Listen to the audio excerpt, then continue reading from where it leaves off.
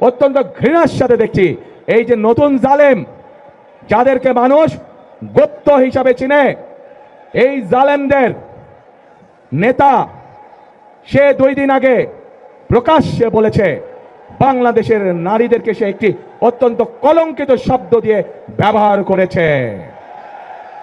প্রিয় ভাই বোনেরা, যেই ব্যক্তি বা যেই দলের তার দেশের মা বোনদের প্রতি বিন্দুমাত্র শ্রদ্ধা নেই, যেই নেতা যেই দলের নেতাকর্মীদের নিজের দেশের মা বোনদের কষ্টের প্রতি বিন্দুমাত্র সম্মান নেই, তাদের কাছ থেকে আর যাই হোক বাংলাদেশ কখনো অগ্রগতি আশা করতে পারে না।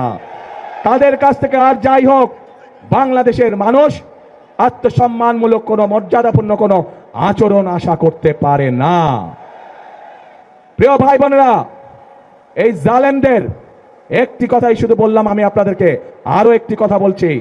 তার আগে বিবি খাদিজার সম্পর্কে আপনারা জানেন না? আমাদের প্রিয় নবী করিম সাল্লাল্লাহু আলাইহি ওয়াসাল্লামের স্ত্রী এই বিবি খাদিজা, উনিও একজন কর্মজীবী মহিলা ছিলেন। ওনার নিজের ব্যবসা বাণিজ্য ছিল, যেখানে নবী করিম সাল্লাল্লাহু আলাইহি ওয়াসাল্লাম নিজেও কাজ করতেন।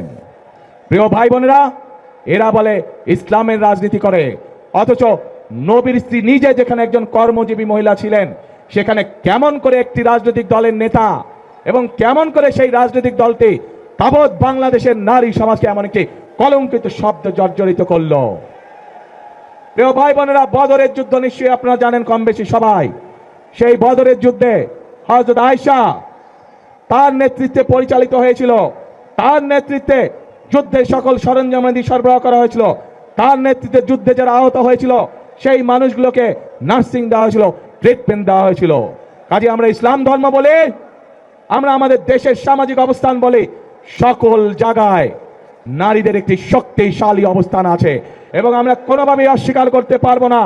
এই নারীদেরকে পেছনে রেখে, এই নারীদেরকে ঘরে বন্দি করে রেখে কোনোভাবেই আমরা বাংলাদেশকে সামনে যেতে পারবো, এটি আমরা কখনোই মনে করি না।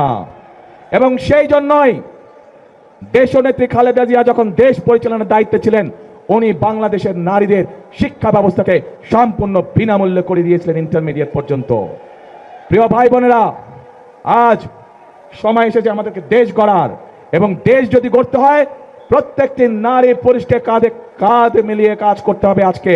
তা না হলে এই দেশকে আমরা আমাদের প্রত্যাশিত বাংলাদেশ হিসেবে গড়ে তুলতে পারবো না।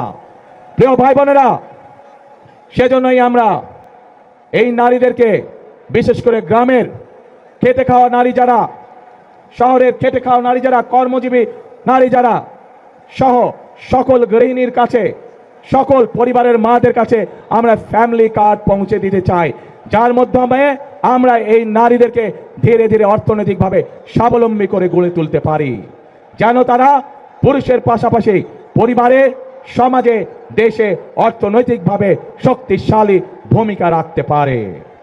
প্রিয় ভাই বোনেরা, আসুন এবার দেখে ওই যে গুপ্ত সংগঠনটির কথা বললাম, যারা বাংলাদেশের নারী সমাজকে অপমানজনক শব্দ ব্যবহার করে।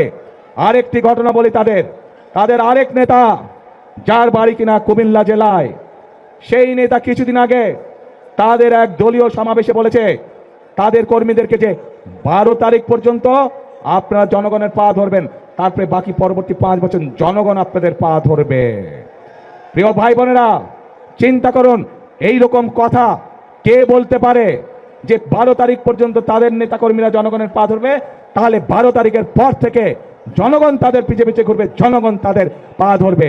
এই কথা থেকে প্রমাণিত হয় কি তাদের মেন্টালিটি, কোন পর্যায়ের মানুষ হলে তারা জনগণকে এরকম তুচ্ছ তাচ্ছিল্য কথা তারা বলতে পারে। প্রিয় ভাই বোনেরা, এই সব লোক যদি নির্বাচিত হয়, এই সব লোক যদি দায়িত্ব পায়, তাহলে আজকেই আমাদের কাছে পরিষ্কার হয়ে যাচ্ছে যে জনগণের ভাগ্যের কি দুর্বিষহ অবস্থা হবে, দেশের মানুষের ভাগ্যের কি দুর্বিষহ অবস্থা হবে। যাদের মনে এই কথা এবং মনের কথাই বেরিয়ে এসছে তাদের বাস্তবে। কাজেই প্রিয় ভাই বোনেরা, এই সব গুপ্তদের বিরুদ্ধে আপনাদেরকে সতর্ক থাকতে হবে, সজাগ থাকতে হবে। যারা দেশের মানুষকে সম্মান করতে জানে না, যারা পরিকল্পনা করে রাখে যে 12 তারিখের পর থেকে তারা জনগণকে নাকে দড়ি দিয়ে ঘোরাবে, তাদেরকে উচিত শিক্ষা আপনাদেরকে দিতে হবে প্রিয় ভাই বোনেরা। এইসব গোত্তরা সেই 86 সাল 71 সাল ইতিহাস যদি দেখি আমরা, সব সময় যারা দেশ থেকে পালিয়ে গেছে তাদের সাথে সব সময় এপাশ নালে ওপাশ, মুদ্রার এপেট নালে ওপিট হিসেবেই তারা ছিল। কাজে তাদের কাছ থেকে দেশের মানুষ ভালো কোনো কিছু আশা করতে পারে না।